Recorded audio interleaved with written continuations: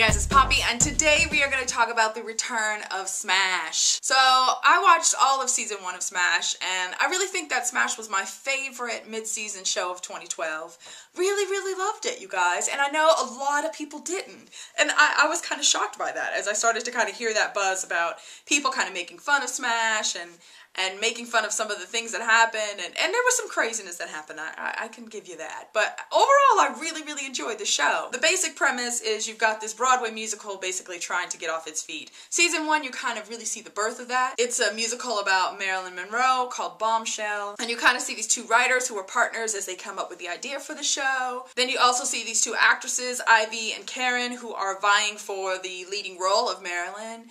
And yeah, all throughout the season, you just kind of see the progression of the show from start to them trying to get to Broadway and trying to figure out who's going to be Marilyn. Now, I might really like Smash too because I am a fan of the movie musical. I just love musicals, like old musicals, Gene Kelly, come on, Judy Garland, Summer Stock, Kiss Me Kate, Seven Brides for Seven Brothers, West Side Story. I just love musicals, you guys, so I'm all about it. I don't mind when people break into random songs at random times because it's a musical and that's what happens. And you just kind of suspend reality and insert yourself into the world of the musical, and it's okay. I mean, the music's really good, so to me, I mean, it's just like, sing me a song if it's gonna be fantastic. And so I loved season 1 and was really very excited about season 2.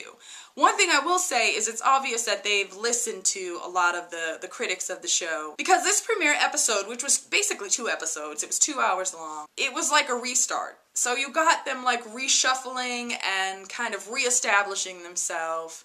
And I think, like, if you had never watched Smash before, you could totally jump right in. I thought it was really great. From what I hear, the ratings were a little less than they were for Smash when it was on in its first season, so here's hoping that it does better. What is it with me lately in shows with bad ratings? I can't do this. I can't stand when shows I watch get canceled. I'm gonna not be happy. So let's talk about some of the new stuff. One, we've got lots of new characters, and then we also have lots of characters that have disappeared and gone off into the land of characters that will be forgotten. First of all, if we remember first season, Karen found out that her fiance Dev had cheated on her with Ivy, who was the girl who she's vying for the part of Marilyn with, and so she breaks off her engagement, and you get basically they wanted to get rid of Dev. So basically at the beginning of the episode, you see her move into a new apartment, her roommate's name is Anna, and you see her kind of read this note from Dev and just crumble it up and be like, I'm done with him. Now, one of the kind of most talked about new characters on the show is Jennifer Hudson.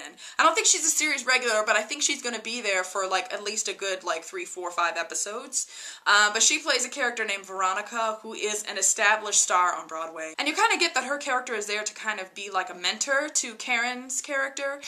She's kind of like, yeah, she's an established star, and she's there to kind of give her advice on how to handle fame and all this other stuff. Plus, she sings, and Jennifer Hudson's awesome, so those kind of sequences were amazing. Okay, my absolute favorite new character, his name is Jimmy, and the other cool kind of storyline that they've started in this season is it looks like there's another musical that's being born. Because, of course, at the beginning of this episode, we kind of start to see Bombshell fall apart. I mean, like, they're losing investors, they thought they were going to get a Broadway theater, and that falls through, and so it looks like this show is going to crumble, which puts Karen kind of right back where she started, still an actress looking for her first big break. And she kind of inadvertently meets these 2 guys at a bar, realizes that they're writing a musical, and she hears one of the guys kind of playing a song, and he's just amazing, you guys. And that's Jimmy. The actor who plays him, I saw him in another movie recently, and it was a movie where there was music and he was singing, and it was like, wow, he's amazing. I would love to see him in something else. So I was super excited when I realized that it was him that was going to be in Smash, and I hope there's lots more singing from him. Okay, now let's talk about some of the disappearing characters. First of all, let's talk about Julia's family. I think pretty much we're probably not going to see them anymore. They kind of did this whole scene with her husband Frank where you get that, you know, he's just kind of done with her marriage. And then, like, they talked a lot about her seeing her son Leo, but we never actually saw him. So I think that storyline is done. One of the most hated characters on Smash Season 1 would be Ellis.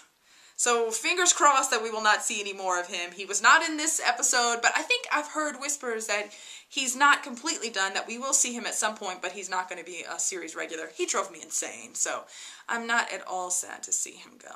I did want to mention one scene as well from this show, Ivy, right? Ivy's one of those people that was just kind of like, do whatever it takes to get the part, and so she did some really kind of underhanded type of things. We kind of saw her changed quite a lot in this episode, but I thought it was really, really good. So at one point she goes to Karen, because one of the things she did was she slept with Karen's fiance, and then she tried to like tell her that right before opening night to like get her to crack so she could go on in her place. But there's a scene where she really kind of goes to her to apologize, and you get that she's really genuine, and I just loved it. I loved what they're doing with her character. It makes me want to actually root for her when I really felt like I wasn't doing much of that in season 1. But she's so talented, you guys. There was a scene with her where she sang a song that was just amazing. So, yeah, it was exciting to see what they're doing with that character. Overall, you know, I'm a Smash fan already. So I was excited to see kind of what they were doing with season 2. This is like Smash 2.0, basically. I'm excited to see where the show's going. I hope it does better in the ratings as the weeks go. Hey, you guys, if you haven't checked the show out, definitely start watching. Like I said, you can jump into season 2 and not have seen season 1.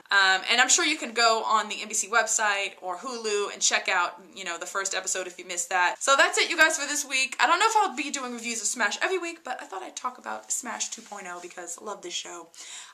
So that's it. I will talk to you guys later. Bye.